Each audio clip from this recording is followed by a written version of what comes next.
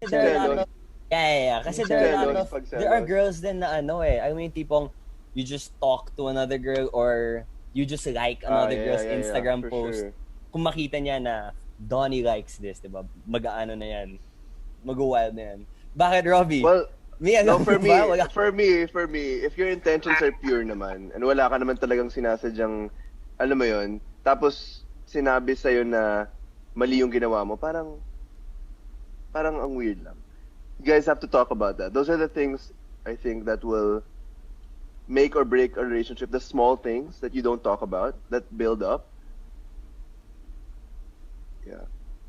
Kasi there are a lot of, Pagselos. there are girls din na I mean, tipong, you just talk to another girl or you just like another girl's Instagram for post. sure. Kung makita niya na Donny likes this, diba? Mag-ano na yan. Mag-wild na yan. Bakit, Robbie? Well, Me, no, alam for mo me, ba? Wala. for me, if your intentions are pure naman, and wala ka naman talagang sinasadyang, alam mo yon, tapos sinabi sa'yo na mali yung ginawa mo, parang ang weird lang. You guys have to talk about that. Those are the things, I think, that will make or break a relationship. The small things that you don't talk about, that build up. Yeah. Kasi there are a lot of, Pagselos. Yes guys, ilang beses ko siyang pinakinggan. Magandang umaga po sa inyong lahat. This is Alexander Lexter Jules. At kung bago ka sa aking channel mga kapatid, i-like mo na at i-like mo na ang video na ito at i-subscribe mo na rin ako para masaya tayong lahat. Anyway, super highways and bytheways, we'll be talking about this short clip of 4 VJs, si Donny Pangilinan, itong isa na hindi ko kilala, si Robbie Domingo, and then si Edward Poppers. And they were talking about someone na nakagawa ng something about sa relationship, and then Donny is talking about someone. Hindi ko alam kung he was talking about Edward or he was talking about Robbie. But all I know is that nowadays Edward is always on the hot seat. People are accusing him of something that until now it's not yet being discussed, or it's not being talked about by hindi man lang hindi ito talagang kinlaro ni Edward kung ano ba talaga itong accusations about him of having someone like something like that. I don't want to bring it up, but that's what I heard, that yung pangalan niya na idikit sa isang pangalan, and then people like followers are like galit. It's because he is some kind of cheating on Mayward love team, but hindi naman pwede natin sabing cheating yun mga kapatid, kasi hindi naman naging lovers si Maymay at saka si Edward. At saka from the start they've been saying that they are just friends, and then they are just love teams, and they kept saying they are soulmates, but they're not claiming that they are lovers. But since Donny is bringing it up, and it's my first time hearing this from Donny, I heard some kind of other clip before, but then he is not really onto something like directly saying about things like this na sinabi niya ngayon nga, yung nasabi niya dito sa unahan ng clip na ito. So I've been curious about this, and actually people are sending me links on how Edward is doing some kind of they call it cheating, some kind of, but hindi ko pwedeng tawagin nga na cheating yan kasi wala naman talagang relationship ang Mayward. Cheating maybe is a love team, kasi nga Maymay and Edward are known to be love team for how many years now, straight away from PBB.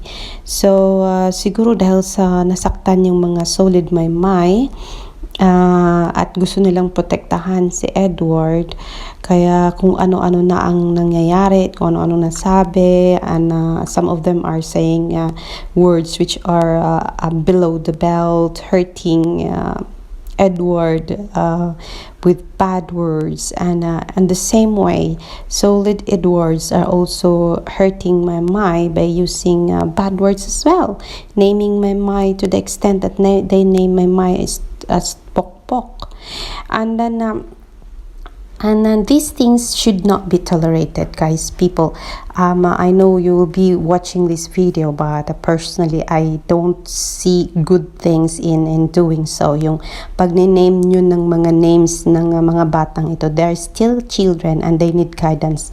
And kung ano man ang nangyari in the past, kung totoo mang nangyari yan, then let these kids explain these things, and let's not judge them straight away.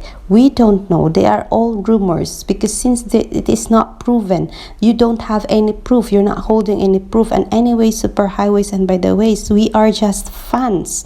We are not the parents of these children. We don't have the right to judge these children. If you want to protect your idol or sino man ang mahal nyo, si Maymay man o si Edward, wala kayong karapatan na saktan ang sino man sa dalawa by throwing harsh at masasakit na salita sa dalawang ito. You need to respect their choices. Kung ano man yung mga choices na gagawin ng, sa buhay nila, respeto nyo yun. But then tama naman tong si Donny that if you did something bad, kung may relationship kayo, you need to talk about it straight away and don't let it poison the relationship, and in the future, in the long run, of course, ang mangyayari ay patungo ito sa make it or break it sa relationship. So, guys, kung ano man ang nangyari, ayokong alamin because I really want to hear it from Edward or Mai's mouth kung ano man nangyayari. But then, as of now, I'm holding on to the fact that these kids are saying they are close friends and they are, as I can see, they're protecting each other. So, yan po ang hahawakan ko for now. And then, yeah, if you are having your beautiful relationship, have a check, guys. Kung sino man ang makarinig ng video na to, have a check. Baka mamaya yung busy ka sa pagtingin ng buhay ni Maymay and Edward, and you are not checking your own relationship. Check mo ang sarili mong relationship. Baka mamaya yun palang asawa mo or yung boyfriend mo o kung sino man ang mahal mo ay niloloko ka na. So, first, check yourself, your relationship before checking someone's relationship. And then, make sure, know your bounds, alamin ang limitasyon mo as to ano lang ang dapat mong ibigay, ano lang ang dapat mong gawin, and don't overdo it, guys. Wag, kasi nasa social media pa naman kayo. Tinatapon niyo yung mga masasamang salita. Do you think if you are a mother, kung yan ang gagawin sa anak nyo, would you think mas magiging masaya kayo? Of course not, you won't be. So don't do. The golden rule is don't do unto others what you do not want others to unto you. Just as what Edward and Maymay says, love, trust, and respect. That's what they want from you. If you are really protecting them and respecting them, do what is best for them and don't harm anybody else. Yan lang po. At Donny, ang matured ng pag-iisip mo, at I salute you on that kasi yan din ang ginagawa ko sa buhay ko bilang of course I am a married woman. Yan din ang ina-apply ko sa buhay ko. So thank you and hope people can learn from this, and yan, sana gawin din to ng iba sa sarili nilang mga buhay. At wag nyo nang mapagmatahin ang buhay ng iba kasi concentrate na lang kayo sa pagfa-fangirling at fa-fanboying nyo kasi kung doon kayo masaya. At kung mayroon mang mga negative vibes dyan, tapon na sa bintana. Wag nyo nang sabayan pa kasi lalaki lang yan. Tignan nyo yung sa Twitter, kung sino-sino yung tinitira ninyo at kung sino-sino na ang inaaway ninyo. Do you think Maymay and Edward loves that? Of course not. They won't do that kasi nga itong dalawa ay napaka-religyoso. So, spread love, spread respect, And yes, yun lang po, unity. Bye-bye. And I know, isa sa inyo mahal nyo si Edward, isa sa inyo mahal si Maymay, at isa sa inyo mahal si Donny. Kung sino man ang mahal nyo, protektahan nyo, i-support nyo, but don't harm anybody else.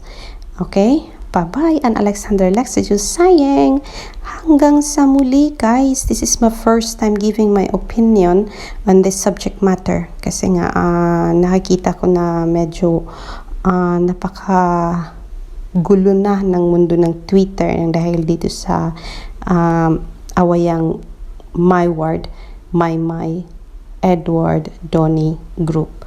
So, solid whoever you are. Peace mga guys, and yes, see you on my next.